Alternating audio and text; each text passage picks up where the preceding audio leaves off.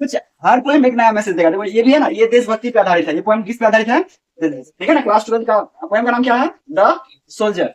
अरे बताइए पोएम है कि ये पोइट है? ये कहानी है या फिर कविता है? पोएम है, ठीक है ना। इसलिए पोएम। चैप्टर 6 है, 5 तक हो गया था क्लियर। ऑब्जेक्टिव सब्जेक्टिव सारा कंप्लीट है। अभी चैप्टर 6 का पढ़ेंगे, है ना। पहले देखो यहाँ पर कुछ लिखे हैं, राइटर का नाम, परिचय। सबसे पहले बताओ राइटर का नाम क्या है इस पोएम के? पोएम का नाम देखो, पोएम का नाम क्या है? The soldier. सोल्जर मतलब था सैनिक। क्या होता है? सैनिक। अब सबसे पहले यहाँ क्या लिखा है? राइटर। जब भी कोई चैप्टर पढ़ाते हैं सबसे पहले क्या देते हैं? उसका परिचय, जन्म कब, है ना, और कहाँ जन्मा, मरा कब, वो सारा चीज। तो सबसे पहले राइटर का नाम बताओ क्या है? Rupert Brooke. रूपर्ट ब्रूक, नाम याद रहो, रूपर्ट ब्रूक। कोई भी ट्रिक याद करना, द सोल्जर के राइटर का नाम क्या है? Rupert Brooke. ऐसे ही इनका जन्म कब हुआ था? 3 अगस्त 1887। अच्छा कहाँ हुआ था? इंग्लैंड में हुआ था। इंग्लैंड ने इसलिए याद रखना है ना। जन्म कब हुआ था? 1887। कहाँ हुआ था? इंग्लैंड में। ऐसे ही इसकी मृत्यु हुई थी। मृत्यु कब हुई थी? 22 अप्रैल 1915। और 27 साल की उम्र में इसकी क्या हुई थी? मृत्यु। ठीक है, ज्यादा दिन नहीं दिया, है ना। 27 साल बूढ़ा होता है, यंग ही होता है, तभी उसकी क्या हुई? मृत्यु हुई। अच्छा मृत्यु कहाँ हुई थी? ग्रीस। एक जगह है जिसका नाम क्या है? ग्रीस। वहीं पर इसकी क्या होगी? मृत्यु। चलो 3 चीज बताए। बताओ चैप्टर का नाम क्या है? The soldier. अच्छा राइटर का नाम? ब्रूक। Rupert Brooke. अच्छा इसका जन्म कब हुआ था? ठीक है, कहाँ हुआ था? मृत्यु कहाँ? ग्रीस। क्या हुआ था? ग्रीस। अब देखो कभी कभी ऑब्जेक्टिव में पूछ लेता है कि ये जो ना पोएट, ये किस शताब्दी का पोएट है ना, पीरियड। तो किस पीरियड का पोएट है ये? 20 यानी 20वीं शताब्दी। क्या बोलते हैं इसको? यानी है ना 20th सेंचुरी। बताओ पीरियड किस साल का ये पोएट था? यानी 20वीं शताब्दी का।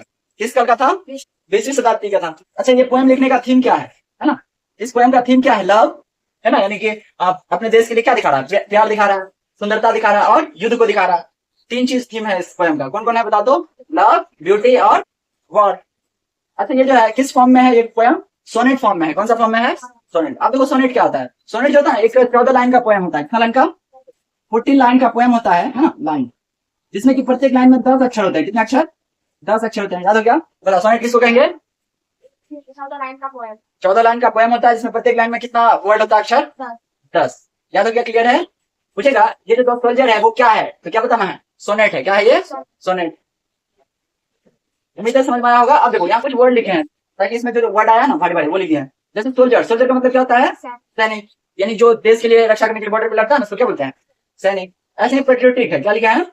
क्या पढ़ेंगे इसको बता दो? पेट्रियोटिक। इसका मतलब था देशभक्ति। क्या होता है? देशभक्ति, है ना। जैसे यहाँ लिखा है फॉरेन, इसको क्या पढ़ेंगे? फॉरेन। फॉरेन मतलब विदेश या विदेशी बोल सकते हैं, है ना।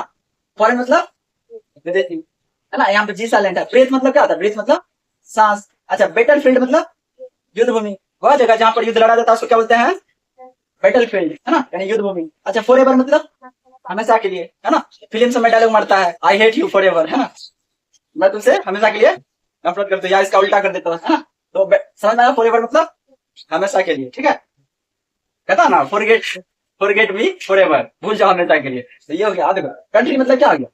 देश। कंट्री मतलब देश। मदरलैंड मतलब मातृभूमि, यानी ऐसा जगह जहाँ उसका जन्म, जैसे कोई व्यक्ति का जहाँ जन्म होता है उसको बोलता है मदरलैंड। क्या बोलते हैं?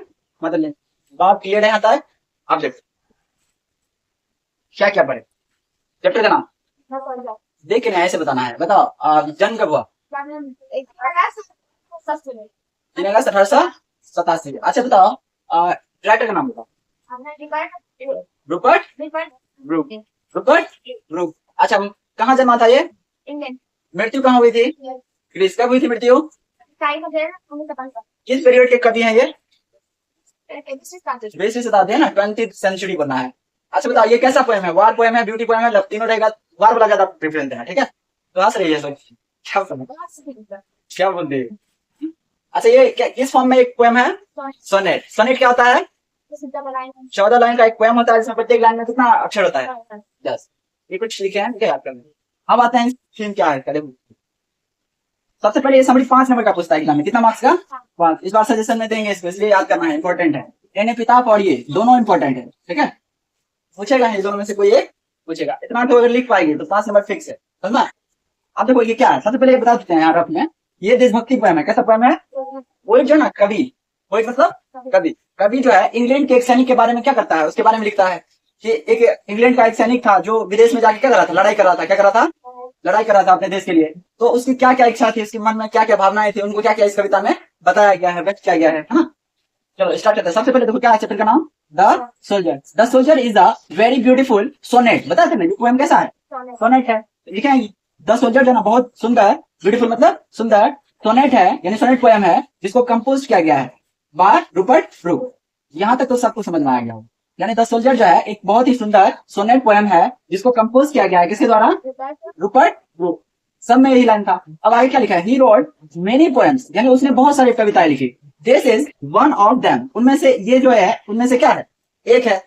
बहुत सारी कविता लिखी, उनमें से क्या है, एक है। It is a patriotic poem, ये कैसा देशभक्ति पोएम है। कैसा पोएम है, अभी तुरंत लिखा है पेट्रियोटिक मतलब क्या होता है, देशभक्ति, है ना, ये देशभक्ति पोएम है। फिर बोल रहा है कि in this poem he tells about an England soldier, यानी कि इस पोएम में, इन दिस पोएम मतलब इस पोएम में वह कहता है किसके बारे में, an England soldier who goes to a foreign country to fight for his own country. मतलब देखो फिर से समझा, कह रहा है कि इस कविता में ही टेल्स यानी वह कहता है अबाउट किसके बारे में, इंग्लैंड के एक सोल्जर के बारे में जो फॉरेन में लड़ने के लिए जाता है ना अपने देश के लिए। किसके लिए, अपने देश के लिए।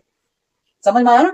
फिर आगे देखो, दे फील्स दैट, वह महसूस करता है, फील करता है, if he die in battle, अभी तुरंत बताया बैटल क्या आता है ना, यदि वह युद्ध में क्या हो जाए, मर जाए, क्या हो जाए, मर जाए। यानी दे फील दैट, कौन फील करता बता दो, सैनिक, हाँ सैनिक के बारे में बता रहा है ना कोई, तो सैनिक फील करता है, दे फील दैट, है ना, if he die in battle, इस युद्ध में यदि उसकी मृत्यु हो जाती है, the price of foreign land, यानी वह जगह, यानी पाइस मतलब होता है टुकड़ा, क्या होता है, टुकड़ा, यानी फॉरेन का वह टुकड़ा जहां उसकी मृत्यु हुई है ना, where he will be buried will forever belong to England. मतलब यहाँ समझो, ये कह रहा है कि जहां उसकी युद्ध में अगर उसकी मृत्यु हो जाती है, क्या हो जाती है, मृत्यु, यानी एक सोल्जर जो ना सोचता है युद्ध में अगर उसकी मृत्यु हो जाती है ना, तो जहां उसको दफनाया जाता है ना, तो उस फॉरेन का जो टुकड़ा होगा जहां उसको दफनाया जाएगा वो इंग्लैंड का होना चाहिए। क्या होना चाहिए, इंग्लैंड का होना चाहिए। ये किसकी इच्छा है, सोल्जर की इच्छा है।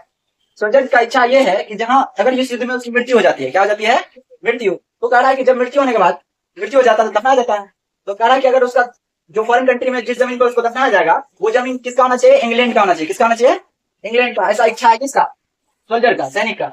ही consider the price of foreign land to be England, है ना, मतलब कंसाइडर होता है मानना, क्या होता है, मानना। वह मानता है, यानी कि फॉरेन कंट्री का जो फॉरेन लैंड है ना, जो जमीन का टुकड़ा है विदेशी, वो इंग्लैंड का मानता है। किसको मानता है, इंग्लैंड का मानता है। Because he was burn and brought up in England, क्योंकि वो इंग्लैंड में ही पला बड़ा है ना, यानी जन्म लिया और पालन पोषण में हुआ, इसलिए उस यानी विदेश का जो भूमि का टुकड़ा है वो किसका मानता है, इंग्लैंड का। ठीक है। He lover of light and sound of his country, यानी कि उसको अपने देश के रोशनी और साउंड से क्या है, प्रेम है। क्या है, प्रेम है। एंड रिमेंबर हिज फ्रेंड, और अपने दोस्तों को क्या करता है, बहुत ज्यादा याद करता है। क्या करता है, याद। He says that his country has given him flower to love, यानी वह कहता है, यानी ही सेज मतलब वह कहता है, मतलब कि वह कहता है कि उसका जो देश है ना उसको फूल दिया। क्या क्या दिया, फूल दिया। क्या करने के लिए, प्रेम करने के लिए। क्या करने के लिए, प्रेम करने के लिए। एंड द एयर, एयर मतलब हवा, हवा, हवा दिया टू ब्रीथ, है ना, यानी कि सांस लेने के लिए क्या दिया, हवा दिया। बात समझ में आया। फिर कह रहा है all this things prove the poet deep love for his Motherland, यानी कि सीधा दिखा रहा है कि पोएट जो है ना वो जहां जमा उस जमीन के प्रति उस सैनिक का प्यार दिखा रहा है। क्या दिखा रहा है, प्यार। हस पता आता है ना, this poem is patriotic poem that is full of love for England, यानी कि यह पोएम पूरी तरह से इंग्लैंड के प्रति क्या दिखा रहा है, प्रेम को दिखा रहा है। किसको दिखा रहा है, प्रेम। समझ में नहीं आया, सब ऐसे समझो। यानी पोएट जो है सोल्जर के बारे में कहता है। कहाँ का सोल्जर है बताओ, इंग्लैंड का सोल्जर है। और इंग्लैंड के सोल्जर की इच्छा है जब वो युद्ध करने जाता है ना विदेश कंट्री, यानी जगह घर उसका कहाँ, इंग्लैंड में है। अगर वो दूसरी जगह युद्ध करने जाएगा तो उसको क्या कहेंगे, फॉरेन बॉर्डर पे जाएगा, फॉरेन होंगे ना। पोएट जो सोचता है वो कहता है युद्ध में अगर उसकी मृत्यु हो जाती है तो उसको वहां दफन किया जाए जहां पर क्या हो, इंग्लैंड का जमीन। कहा हो, इंग्लैंड का। युद्ध करने गया फॉरेन में, वो युद्ध करने के दौरान सोचता है कि अगर उसकी मृत्यु इस युद्ध में हो जाती है तो उसका दफन जो होगा वो किस जमीन पे होगा, इंग्लैंड की जमीन पे हो। क्यों होगा, ऐसा क्यों सोचता है, क्योंकि वह वहां पर जन्मा है ना, और वहां के हवा से उसको प्रेम है, फूल से प्रेम है, दोस्तों से प्रेम है ना, इसलिए वो क्या, उसकी इच्छा क्या है कि इंग्लैंड की जमीन पे ही उसको क्या किया जाए, दफनाया जाए, है ना। तो इस तरह से ये पोएम था। बता